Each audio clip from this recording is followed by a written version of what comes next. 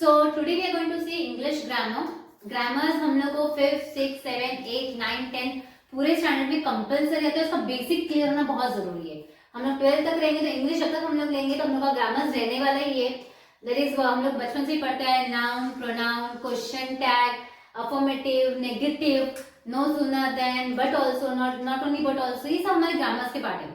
आज हम लोग एक टॉपिक ले रहे हैं, that is very simple topic, negative to affirmative. What is negative? Negative sentence मतलब जिसमें नो, नॉट, नेवर ऐसे वर्ड्स होते हैं, वो नेगेटिव सेंटेंस होते हैं। ऐसा मतलब नहीं कि मतलब इसका नेगेटिव हो, बट नेगेटिव सेंटेंसेस मतलब होते हैं जिसमें नॉट, नेवर, नो ये वर्ड देख के समझ जाने को नेगेटिव है। जब तुम नेगेटिव को अफर्मेटिव करते हो तो हम बच्चे क्या करते हैं कि वो नेगेटिव का नॉट या नो निकाल देते हैं, बाकी सेंटेंस सेम लिख देते हैं, विच इज रॉन्ग, क्योंकि उसका मीनिंग चेंज हो जाता है अगर तुम नॉट निकाल दोगे। जैसे example, his clothes are not clean, तो तुमने सिर्फ नॉट निकाल दिया तो क्या हो जाएगा, हिज क्लोथ्स आर क्लीन, तो उसका मतलब चेंज हो गया। नॉट क्लीन का मतलब क्या होता है, साफ नहीं है, साफ नहीं मतलब गंदे है, तो मीनिंग चेंज होना नहीं चाहिए। So whenever you are changing negative to affirmative, मतलब तुम नो, नॉट, नेवर ऐसे वर्ड्स तो निकालोगे ही निकालोगे, उसके जगह पे ऑपोजिट डालोगे। That is by removing no, not, never, none ऐसे वर्ड निकालो और ऊपर से ऑपोजिट यूज करना कंपलसरी है।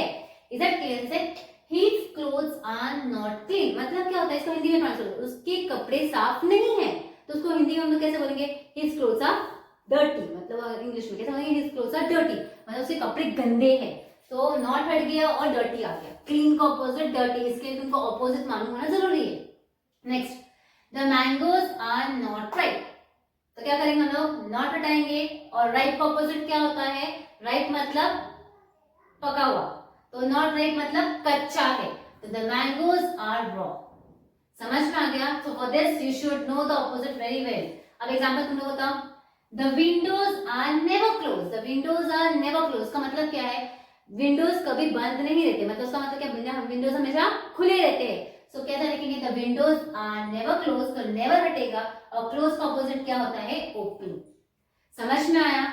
Then I am not an Indian, मैं इंडियन नहीं हूं, मतलब क्या होगा, मैं फॉरेनर हूं, तो नॉट हो जाएगा I am a foreigner।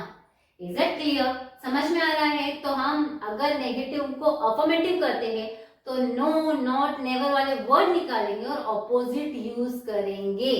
ध्यान से रखो, I can't pay you, I can't, ऐसे कांट भी आ गया मतलब वो नेगेटिव है, तो उसको अफर्मेटिव का मतलब मैं पे नहीं कर सकता, तो ऐसे नहीं बोल सकती मैं आई कैन पे यू, मतलब चेंज हो गया, आई कांट पे यू मतलब मैं पे नहीं कर सकती, तो उसको हम लोग क्या लिखेंगे, आई एम, अगर नहीं समझता तो अनएबल टू पे यू।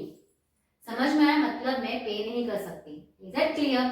सो अगर हम अफर्मेटिव को नेगेटिव करते तो क्या करने का, नो, नॉट, नेवर जैसे वर्ड्स निकालने का और एक ऑपोजिट यूज करने का। और अगर समझो वो लोग ने अफर्मेटिव को नेगेटिव करने बोले तो his clothes are dirty, so negative डालना पड़ेगा, so his clothes are dirty का opposite not clean, ऐसा इसी का रेसिप्रोकल कर देने का उल्टा।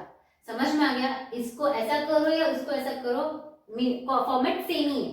Is that clear? तो I think so affirmative and negative क्या होता है समझ में आएगा। अफर्मेटिव मतलब पॉजिटिव सेंटेंस एंड नेगेटिविटी मतलब negative sentence. Is that clear? So that's it. With the next topic हम लोग देखते हैं कौन सा टॉपिक।